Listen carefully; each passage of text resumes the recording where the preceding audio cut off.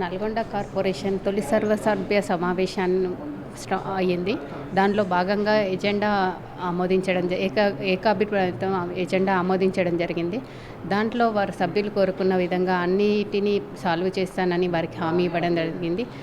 ఇప్పటికే మన గౌరవ మంత్రివర్యులు కోమటిరెడ్డి వెంకటరెడ్డి గారి ప్రత్యేక చొరవతోని మన కార్పొరేషన్ తీసుకురావడం, దానిలో భాగంగా మన నల్గొండని స్మార్ట్ సిటీగా అభివృద్ధి చేస్తానని హామీ ఇవ్వడం జరిగింది. గత ప్రభుత్వం చేయని విధంగా మనం ఎంతో అభివృద్ధి చేసుకుంటున్నాము. మన మంత్రి గారి సహాయ సహకారాలతోని మన రాష్ట్ర గవర్నమెంట్ నుంచి కాకుండా సెంట్రల్ గవర్నమెంట్ నుంచి కూడా ప్రత్యేక నిధులు తీసుకొచ్చి మన నల్గొండని ఇంకా స్మార్ట్ సిటీగా అభివృద్ధి చేసుకుంటామని కోరుచున్నాము. ప్రజలందరికీ తెలియజేయనిది అదే, మనం ఈ నల్గొండని ఇంకా డెవలప్ చేసుకొని స్మార్ట్ సిటీగా అభివృద్ధి చేసుకుందాం.